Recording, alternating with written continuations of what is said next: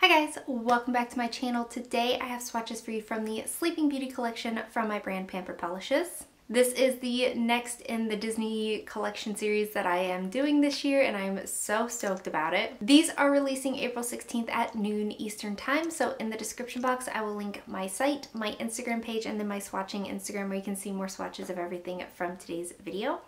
These will be $12 each, only sold individually, not as a set, and if something sells out, I don't plan on restocking. So we do have 6 polishes in this collection to look at today, and let's go ahead and get started. So first we have Aurora, and this one is a white crelly, and it's got rose and blue metallic microflakes. So here's our first coat of Aurora. You will see that I'm doing my videos just a little bit differently. I'm not sure how I feel about it yet. But it is kind of nice to change things up a little bit, so I tried something different, and I don't know how often you'll see this or when the next time is that you'll see this kind of style of video, but it's fun to play around for me. Aurora, I got full opacity in 2 coats. I didn't have any running, pulling, or staining. You'll want top coat to finish this off to hide any texture, and removal's easy. Up next we have Make It Pink, Make It Blue, and this one is a pink to denim thermal loaded with holographic flakes. In its resting position, it does have the same thing that DeVille had going on, where that one looked gray in the bottle, but it did shift clear to black. This one kind of looks purple in the bottle, but it does shift pink to denim. So here's our first coat of Make It Pink, Make It Blue. This one is a little bit on the sheer side on this first coat, but I was able to achieve full opacity still in 2 coats. I do think it has a good formula to work with. I didn't have any kind of issues with application or issues with the thermal pigment itself. Again, full opacity in 2 coats. It is going to dry on the dull side, so I recommend top coat, but nothing in here is going to dry textured, and nothing in here will give you any kind of trouble in removal. So here it is, just transitioning.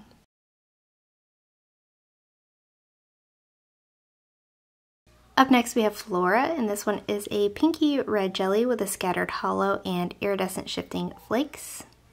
Here's our first coat of Flora. This one is a jelly base, so it is a little bit more on the sheer side, but I do still think it has a good formula to work with.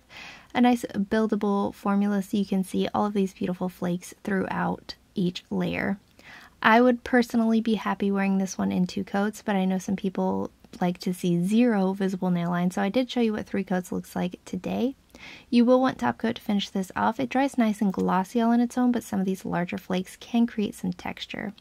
Removal on this one will also be easy, so there are 3 coats of Flora.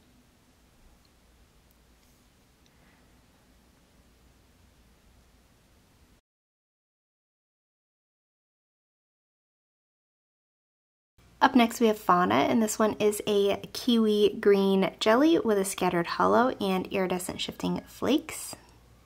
Here's our first coat of Fauna. Again, we are working with a jelly base here, so it is on the sheer side, but it's supposed to be sheer. It's intentionally sheer, so it's nice and even. That way you can see through to each layer and the different elements in each layer.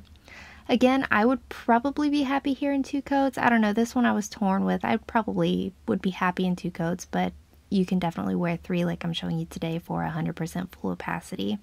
Just like the last one, this is going to dry nice and glossy all on its own, but you will want top coat just to hide any kind of texture that some of these larger flakes can create.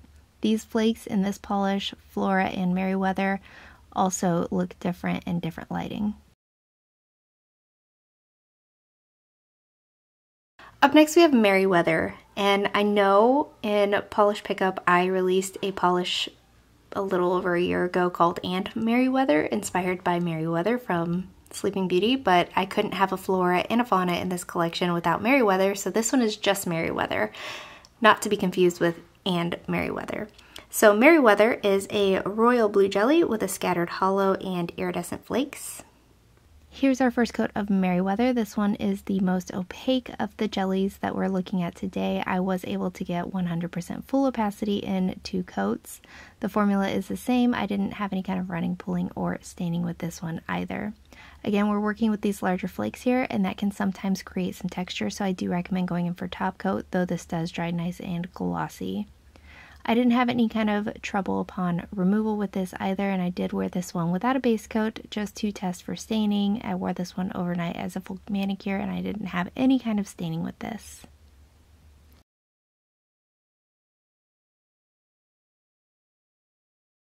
And lastly for today we have Awkward Situation, and this one is a bright turquoise green with a blue shimmer and purple and black metallic flakes.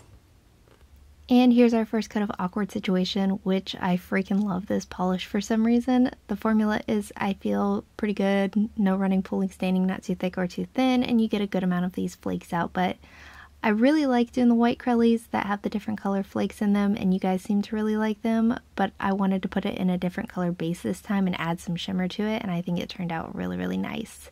You'll want top coat to hide any kind of texture that this can create, but I didn't have any staining with this one, and removal is easy.